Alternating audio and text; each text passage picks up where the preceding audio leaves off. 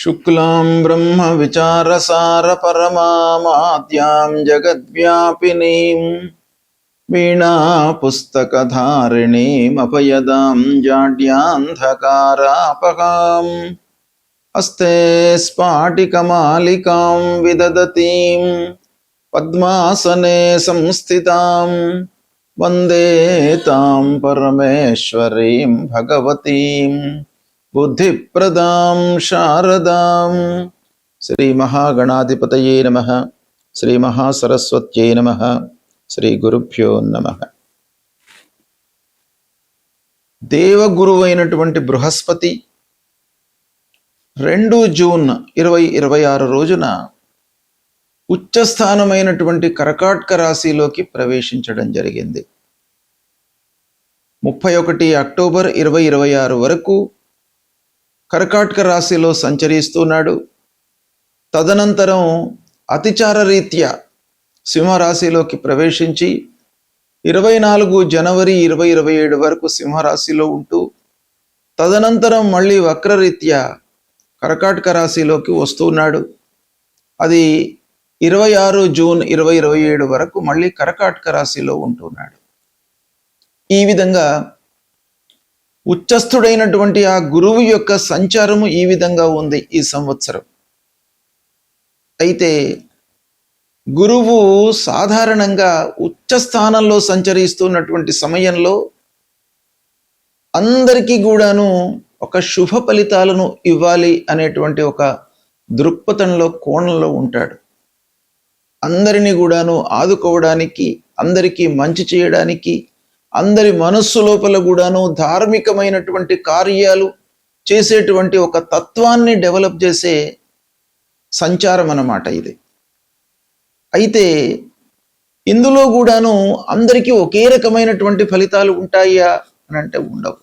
సాధారణంగా మనం గోచార ఫలితాలు చెప్పేటప్పుడు మొత్తం జాతకులను అందరినీ కూడాను 12 విభాగాలుగా విభజించి, అంటే మేషరాశి మొదలుకొని మీనరాశి వరకు 12 రాసులుగా విభజించి ఈ మొదటి వర్గంలో ఉన్నటువంటి వాళ్లకు గ్రహస్థితి ఎలా ఉంది ప్రస్తుతం, తదనుగుణంగా ఫలితాలు ఎలా ఉంటాయి అనేటువంటి ఒక దృక్పథంతో మనం ఫలితాలను చెప్తూ ఉంటాం. అయితే వ్యక్తిగత జాతకాన్ని కూడాను దీనికి క్రోడీకరించి అన్వయించి మనం చూసుకున్నట్టయితే ఇంకా మంచి ఫలితాలు, వాస్తవానికి దగ్గరగా ఉండేటువంటి ఫలితాలు రావడానికి అవకాశాలు ఎక్కువగా ఉంటాయి. అంటే ఈ గోచార రీత్యా సంచరిస్తున్నటువంటి స్థానాలతో పాటుగా మిత్రస్థానంలో సంచరిస్తున్నాడా, రాస్యాధిపతికి మిత్రుడైనాడా, శత్రువు అయినాడా, సముడైనాడా, ఇలాంటివి కూడాను మనము విశ్లేషించి తర్వాత జనన సమయం లోపల వ్యక్తిగత జాతకంలో అష్టక వరకు ఎలా ఉంది ఈ సమయంలో, అంటే పుట్టినప్పుడు గురువు ఈ కర్కాటక రాశిలోకి వచ్చినప్పుడు ఎలాంటి అష్టక వరకు ఫలితాలు ఉన్నాయి, పాయింట్స్తో ఉన్నాడు అనేటువంటిది కూడాను మనకి ఇక్కడ డామినేట్ చేస్తుంది ఫలితాల పైన. అంతేకాకుండా వేద గోచారము, ఈ గురువు సంచరిస్తూ ఉన్నప్పుడు మిగతా గ్రహాల యొక్క సంచారము, వాటి యొక్క ప్రభావము ఎలా ఉంది ఈ గురువు పైన అనేటువంటిది కూడాను ఉంటుంది. ఎన్నో విషయాలను, ఎన్నో ఫ్యాక్టర్స్ను మనం లెక్కలోకి తీసుకోవాల్సి వస్తుంది.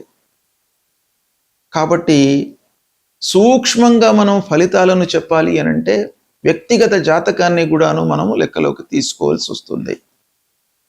ఈ గోచార ఫలితాలు అనేటువంటివి జాతకుడు జన్మించినటువంటి సమయంలో చంద్రుడు ఉన్నటువంటి రాశి ఆధారంగా చెప్పేటువంటి ఫలితాలు. అయితే ఈ ఉచ్చస్థుడైనటువంటి గురువు యొక్క సంచారం ఏ రాశులకు అత్యంత అనుకూల ఫలితాలను ఇవ్వబోతుంది, ఏ రాశులకు మధ్యస్థమైనటువంటి ఫలితాలను ఇవ్వబోతుంది, ఏ రాశుల వాళ్లకు ప్రతికూలంగా ఉంది, వాళ్ళు ఎలాంటి జాగ్రత్తలు తీసుకోవాలి అనేటువంటి విషయాన్ని మనము తెలుసుకుందాం. గురువు కర్కాటక రాశిలో సంచరిస్తున్నటువంటి సమయంలో అత్యంత అనుకూల ఫలితాలను ఇచ్చేటువంటి రాశులు ఏంటి అనేటువంటిది మనం చూసినట్టయితే 2వ స్థానంలో సంచరిస్తున్నప్పుడు, 5వ స్థానంలో సంచరిస్తున్నప్పుడు, 7వ స్థానంలో సంచరిస్తున్నప్పుడు భాగ్యస్థానంలో సంచరిస్తున్నప్పుడు, తర్వాత ఏకాదశ స్థానంలో సంచరిస్తున్నప్పుడు శుభ ఫలితాలను ఇస్తాడు. అంటే ఈ రాసుల వారికి అత్యంత శుభప్రదమైనటువంటి ఫలితాలు కలగబోతున్నాయి అన్నమాట ఈ గురువు యొక్క సంచారం మూలకంగా. అయితే ఈ అనుకూల రాసులు ఏంటి, ఆ రాసులలో జన్మించినటువంటి వారికి ఎలాంటి ఫలితాలు ఉంటాయి అనే విషయాన్ని మనం చూసినట్టయితే, అంటే మీనరాశి జాతకులకు, కన్యా రాశి జాతకులకు, వృశ్చిక రాశి జాతకులకు, మకర రాశి జాతకులకు, మిథున రాశి జాతకులకు, అంటే ఈ 5 రాశులలో జన్మించినటువంటి వారికి గురువు మూలకంగా, అంటే గురువు ఉచ్చ స్థానంలో సంచారం మూలకంగా అత్యంత శుభప్రదమైనటువంటి ఫలితాలు ఉంటాయి అనేటువంటి విషయం మనకి ఇక్కడ తెలుస్తుంది. అంటే ఈ 5 రాశుల వారు ఈ గురువు యొక్క సంచారాన్ని ఉపయోగించుకున్నట్టయితే చాలా అద్భుతమైనటువంటి ఫలితాలను పొందుతారు. ఇక కొంత లోతుగా మనం వెళ్ళి ప్రతి రాశి పరంగా ఎలాంటి ఫలితాలు ఉంటాయి అనే విషయాన్ని మనం చూసినట్టయితే, ఇక 5వ రాశి మిథున రాశి. అంటే ఈ మిథున రాశి వారికి ధనస్థానంలో సంచారం జరుగుతుంది. ధనస్థానంలో సంచారము అంటే 2వ స్థానంలో సంచరిస్తున్నాడు బృహస్పతి. కాబట్టి మిథున రాశి వారికి చాలా అనుకూలమైనటువంటి సమయం ఇది. ఆర్థికంగా ఒక మంచి స్థితికి వస్తారు, రావలసినటువంటి డబ్బు అందుతుంది. ఇక ఇంటి లోపల కూడాను సంతృప్తికరమైనటువంటి వాతావరణం ఉంటుంది. కుటుంబ పెద్దలతో సఖ్యత, తర్వాత వివాహ ప్రయత్నం చేస్తున్నటువంటి వారికి కూడాను బాగా కలిసి వస్తుంది. కుటుంబ స్థానం, కుటుంబంలో ఒక కొత్త వ్యక్తి మీ ఇంటికి రావడం అనేటువంటిది జరుగుతుంది. అంటే వివాహము ప్రయత్నము సఫలీకృతమయ్యి వివాహం జరిగే అవకాశం కూడాను ఈ మిథున రాశి వారికి ఈ సమయంలో బాగా ఉంది. ఇకపోతే డబ్బు విషయంలో మటుకు ఇబ్బంది లేదు. మీకు సంతృప్తిగా ఉద్యోగ రీత్యా, వ్యాపార రీత్యా డబ్బు మీకు చేతికి అందుతుంది. మాటతో మీకు చాలా పనులు నెరవేరేటువంటి అవకాశాలు ఉన్నాయి. అంటే వాక్చాతుర్యం, మీరు మాట్లాడే విధానానికి ఎదుటి వాళ్ళు ముగ్ధులయ్యి తద్వారా మీకు ఎన్నో పనులు, మీ పైన ఒక ఆదరణ, అభిమానం పెరిగేటువంటి అవకాశం కూడాను బాగా కనబడుతున్నాయి. ఈ విధంగా ఈ గురువు ఉచ్చ స్థానంలో సంచరించడం మూలకంగా అత్యంత అనుకూలమైనటువంటి రాసులు ఉచ్చ స్థానంలో గురువు సంచరించడం వల్ల కలిగే ప్రత్యేకత ఏంటంటే, సాధారణంగా గోచార ఫలితాలు గురువు మూలకంగా 1, 3, 4, 6, 8, 10, 12 ఈ స్థానాలలో సంచరిస్తున్నప్పుడు మనకు ప్రతికూలమైనటువంటి ఫలితాలను ఇస్తాడు. అంటే ఈ స్థానాలు బలహీనమైనటువంటి స్థానాలుగా మనకు గోచారం చెప్తుంది.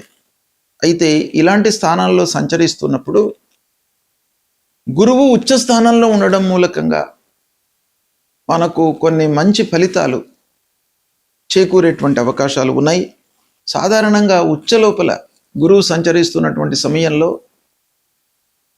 వ్యక్తిగత జాతకము ప్రబలంగా ఉండి, స్థానము అనుకూలంగా ఉండి, అన్నీ ఉన్నట్టయితే మనకు గురువు మూలకంగా అద్భుతమైనటువంటి ఫలితాలు కలుగుతాయి. ఇందులో ఒకటి లేకుండా ఉంటే మిశ్రమైనటువంటి ఫలితాలు కలుగుతాయి. కానీ ప్రధానమైనటువంటి గ్రహము గురువు ఉచ్చ స్థానంలో సంచరించడం మూలకంగా ప్రతి మనిషి లోపల ఒక ఆధ్యాత్మికత, ధార్మిక లక్షణాలు, దాన ధర్మ లక్షణాలు, ఎదుటి వాళ్లకు సహాయం చేసేటువంటి లక్షణాలను పెంపొందించేటువంటి అవకాశాలు ఉంటాయి. కుటుంబ విలువలకు గౌరవం ఇస్తారు. కుటుంబంలో పెద్దలు, కుటుంబ సభ్యత, కుటుంబ ఆచార వ్యవహారాలు ఎలా ఉన్నాయి అనేటువంటి విషయానికి కట్టుబడి వాళ్ళు మెదిలేటువంటి అవకాశాలకు కారకుడవుతాడు గురువు. అలాంటి విషయాలలో గురువు ఒకవేళ దుస్థానంలో సంచరిస్తున్నట్టయితే కొంత బలహీనమైనటువంటి ఫలితాలు ఉంటాయి. ముఖ్యంగా చదువు, జ్ఞాన సముపార్జన, అభివృద్ధి, మంచి చేయాలి అనేటువంటి సంకల్పము, సహాయం చేయడము, ఇలాంటి వాటిపైన కూడాను ప్రధానంగా ఫలితాలు ఉంటాయి. ముఖ్యంగా దుష్ఫలితాలను అంటే దుస్థానాలలో సంచరిస్తూ ఉన్నటువంటి సమయంలో గురువు ఉచ్చలో ఉన్నాడు గనక దుష్ఫలితాల యొక్క తీవ్రతను ప్రభావాన్ని కొంతవరకు తగ్గించే అవకాశాలు ఉంటాయి. అయితే మనకు శాస్త్రం ఏం చెప్తుంది అనంటే ఉచ్చగ్రహోపి దుస్థానగత సంపూర్ణ శుభం నదదాతి అని. అంటే ఉచ్చస్థుడై సంచరిస్తున్నప్పటికీ దుస్థానంలో సంచరిస్తున్నట్టయితే శుభ ఫలితము ఎంత ఇవ్వాలనో అంత ఇవ్వకుండా కొంత మనకు తగ్గుముఖంగా అంటే తగ్గించినటువంటి ఫలితాలు మనకు ఇచ్చే అవకాశాలు ఉంటాయి.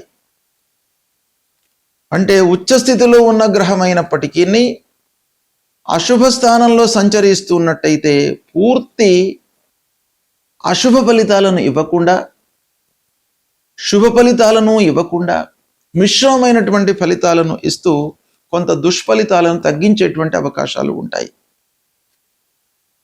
కాబట్టి ఈ గురువు ప్రతికూలంగా ఉన్నప్పుడు మనము కొన్ని పరిహారాలు తప్పకుండా చేసుకోవాలి.